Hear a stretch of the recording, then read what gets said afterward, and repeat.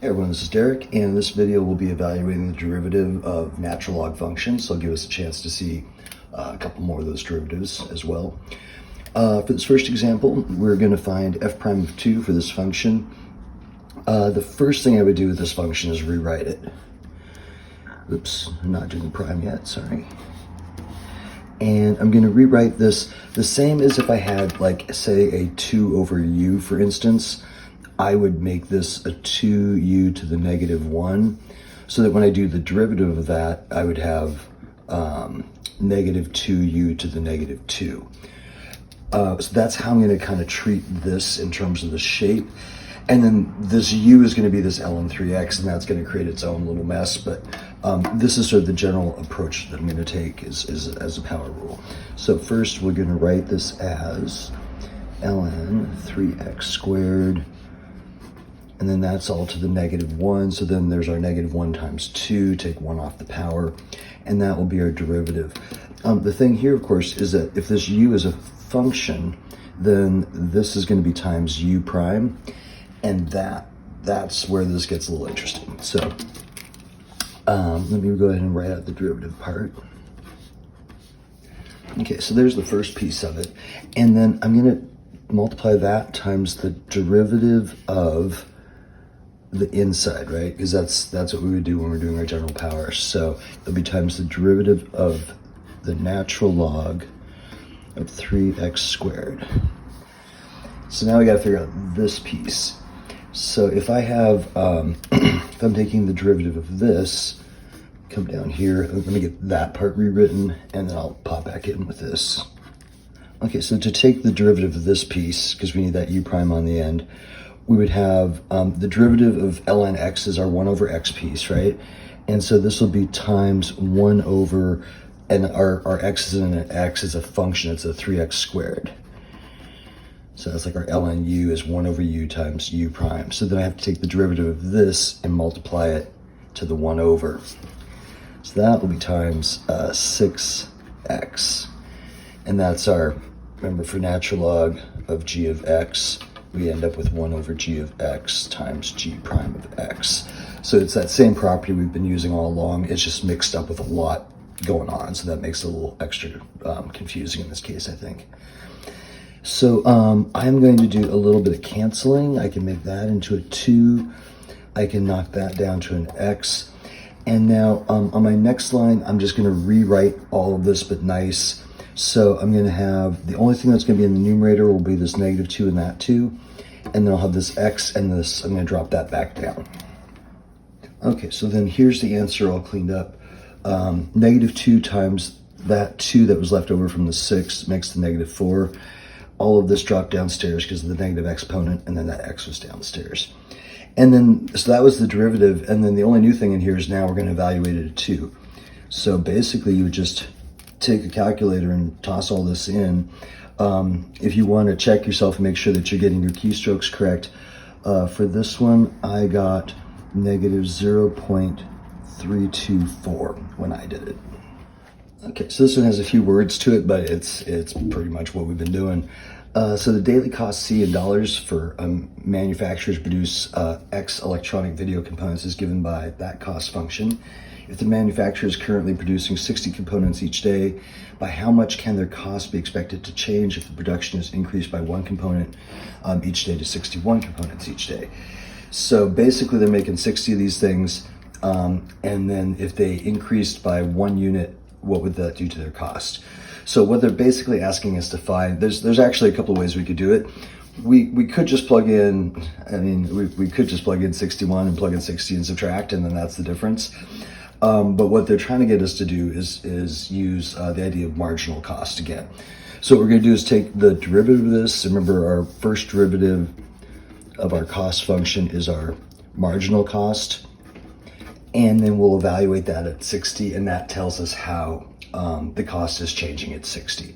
So while there are kind of 2 ways to look at this, it's implying that we're trying to do some calculus with it. So first thing I would do is, roots are never helpful. That notation is never helpful in calculus, so let's get rid of that. So we'll write this as natural log, all this stuff. And then that's going to be to the 1/3. Because remember, if you have a cube root of x, it's x to the 1/3. Any nth root of x is x to the 1 over n, so square root 1 over 2. And then right now, this is like not great because I have this exponent, so I would have to, that would make a chain rule in my chain rule. But I could be a little bit sneaky and just bring that power down front, and then that will make this a much easier problem. So we'll just call that 4,000 over 3, and then that's times ln, this stuff. From here, I've got that about as cleaned up as I can. So I am going to take the derivative, c prime of x, and this is just a constant, so it stays. And then we're going to have 1 over the argument,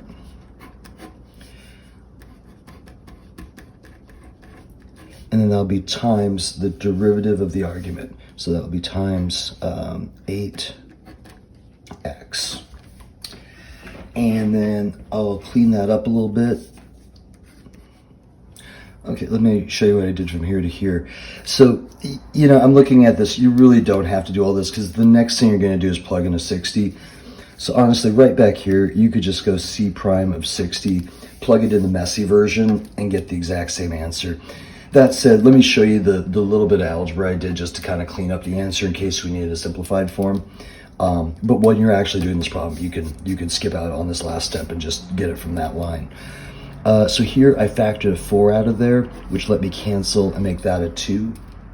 And then went 4,000 times 2, that's my 8,000, my x. And then downstairs, there's my 3, and then what was left of this denominator from the canceling. So basically, all I did was I canceled out a 4. And you can just plug the 60 in and get the exact same thing. So if we plug in 60, we get the marginal cost is 47.06. And remember, that won't be quite the exact same thing as if we went C of 61 minus C of 60. The marginal cost is always an approximation, but again, that's what the problem was trying to get us to do. The senior editor for the life sciences of a textbook publishing company has determined that the equation this relates the expected number n of copies of an introductory textbook sold in an 11-year period to the number x in thousands of complementary copies sent to professors throughout the country. So find the rate at which n changes as x changes when x is 5, round to the nearest copy. That is an awful sentence. So basically, we're going to send out a bunch of free books to instructors, and then we're trying to see what kind of change in sales we get. And we're going to do that for when x is 5. X, again, is the number of books we sent out in thousands. And then n is the number in thousands of books that we're getting sales on. And then we'll find n prime, because we're trying to find how it's changing. So let's see, that drops out. And then we're going to have 1.1. And then that will be times 1 over the argument.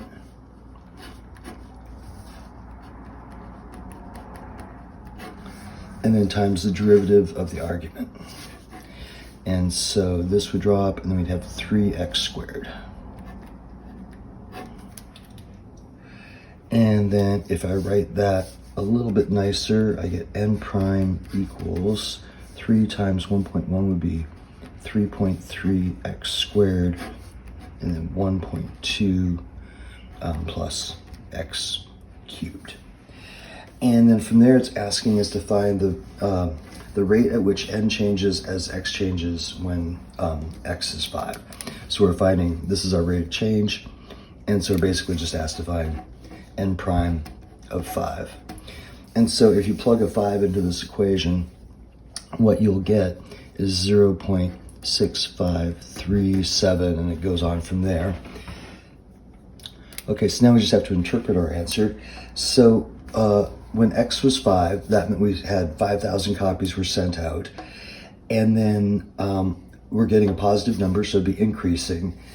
And this is in thousands, right? So this n is in thousands. So we'll multiply this by 1,000 and then round to the nearest copy.